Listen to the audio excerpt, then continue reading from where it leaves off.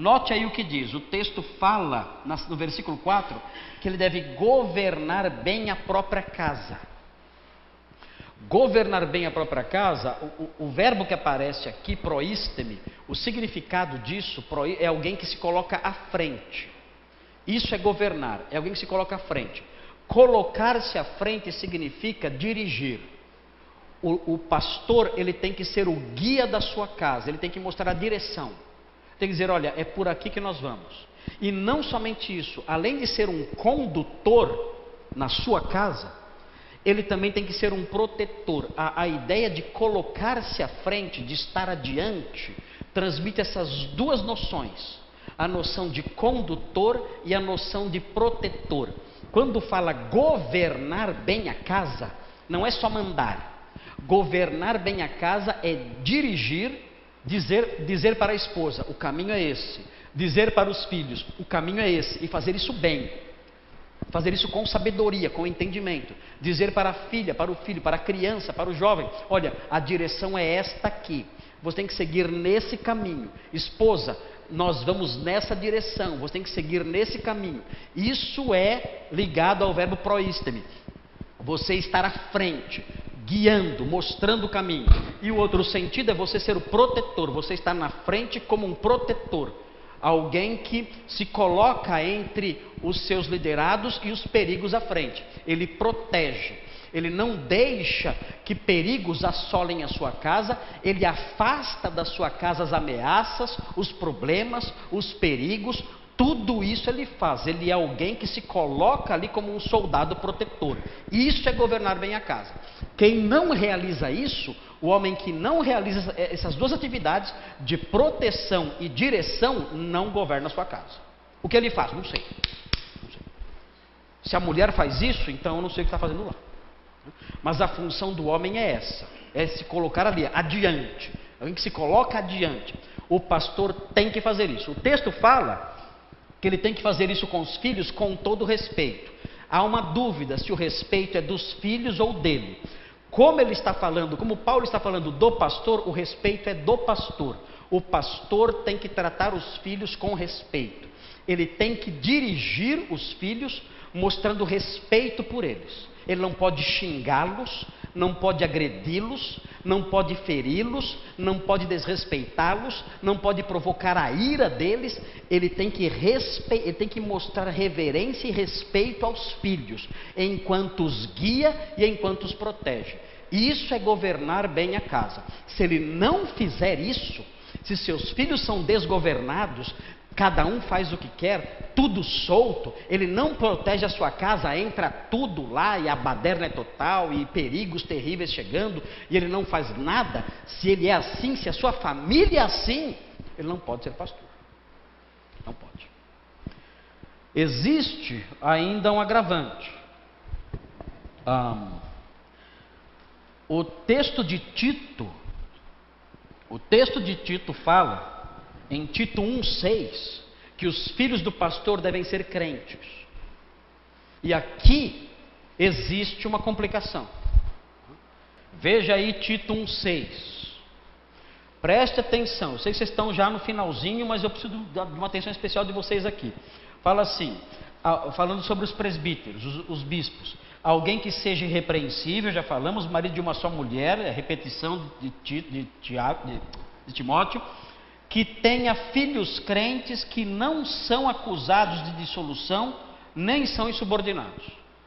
Então é aqui que pega. Tenha filhos crentes. A palavra que aparece aqui, a palavra pistós.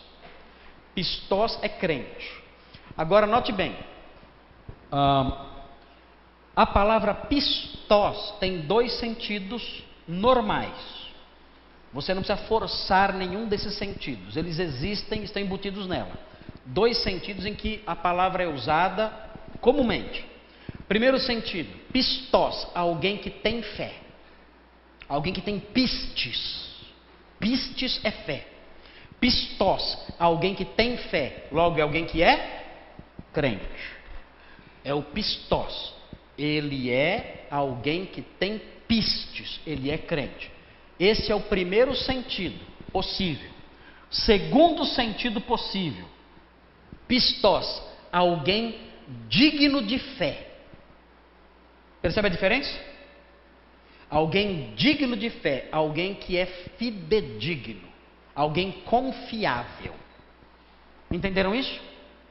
Não necessariamente alguém crente, mas alguém confiável, alguém digno de fé, uma pessoa que você pode confiar.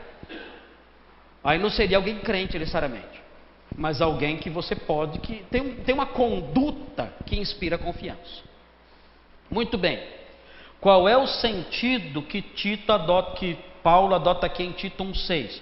Que tenha filhos pistói, que tenha filhos crentes ou que tenha filhos dignos de confiança, pessoas responsáveis. Qual é o sentido aqui? Bem, eu vou passar para vocês as estatísticas. A palavra pistós aparece 16 vezes nas epístolas pastorais. 16 vezes. Nessas 16 vezes, o sentido de digno de fé é usado 10 vezes. Então, qual é o sentido dominante de pistós nas pastorais? É crente ou digno de confiança? Digno de confiança. Esse é o sentido dominante da palavra pistós nas pastorais. Por exemplo, pistós rologos. Fiel é a palavra, ou seja, a palavra é digna de confiança, digna de fé. Pistós rologos. Em Tito, pistós aparece 3 vezes. Nesse texto que eu mencionei, 1,6, no 1,9 e no 3,8. Nos 2 sentidos que eu mencionei agora, 1,9 e 3,8, o sentido é confiável, é o único sentido possível. Então, a que conclusão nós chegamos a partir daí? A conclusão que nós chegamos a partir da estatística do uso da palavra nas pastorais, é que o pastor tem que ter filhos não necessariamente crentes, mas que sejam homens sérios, homens dignos de confiança. E o que vem a seguir no versículo 6 descreve isso. Eles não podem ser acusados de dissolução, nem podem ser insubordinados. Ou seja, os filhos do pastor, eles não precisam ser crentes, necessariamente, de acordo com o sentido dominante da palavra nas pastorais. Mas eles não podem ser bêbados, viciados em drogas, baladeiros, cachaceiros, totalmente, a vida totalmente arrebentada, destroçada. Eles não podem ser assim. Eles podem ser incrédulos, mas tem que ser pessoas respeitáveis. Por quê? Porque com isso eles vão refletir o tipo de liderança que eles têm em casa. Então parece que esse é o entendimento correto aqui. Então o pastor poderá dizer assim: irmãos, eu tenho uma filha que não é crente, já é uma jovem, não é crente, mora comigo. Ela não é crente, mas ela é uma moça séria, mas não é crente. Ok, isso não o desqualifica. Olha, eu tenho um filho, ele é um jovem, ele não é crente, ele é um moço sério, trabalha, estuda, mas não é crente. Mas ele não é um homem que possa ser acusado de dissolução, de baderna, uma vida desgovernada. Não é assim. Ele é um homem responsável e sério. Então, isso não desqualifica o pastor. Agora, se o filho não for crente, mas for alguém nessas condições, dissoluto, rebelde e tudo mais, o pastor está desqualificado enquanto esse moço estiver debaixo da sua governança, da sua autoridade. Um pastor amigo meu tinha um filho só, e ele era pastor.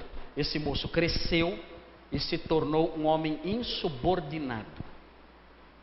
e um devasso. E esse pastor disse o seguinte para ele: olha, você está me desqualificando para o ministério. Você está sendo uma prova de que eu não governo bem a minha casa.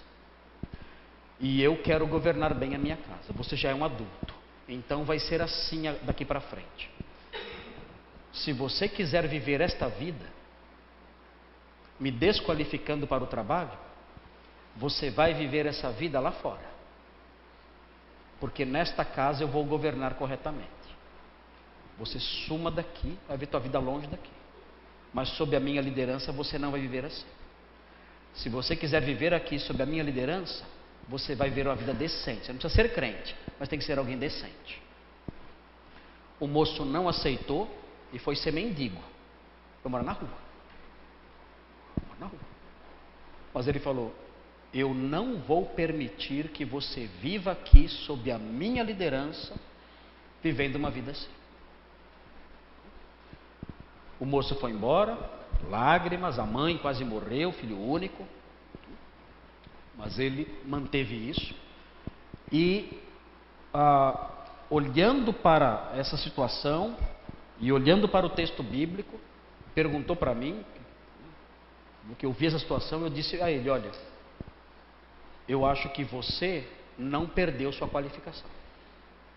Você não perdeu. Porque você mostrou que governa bem a sua própria casa. Esse filho vive assim, mas ele não vive assim debaixo da sua tutela, debaixo do seu governo. Vive assim como um adulto independente. Debaixo do seu governo, ele sabe como tem que se viver. É difícil isso aí. Geralmente os pastores não fazem isso. E aí eles governam a igreja sem terem a qualificação que é necessária para pastorear, que é ter uma casa formada por pessoas equilibradas, decentes, que não são dissolutas e nem insubordinadas.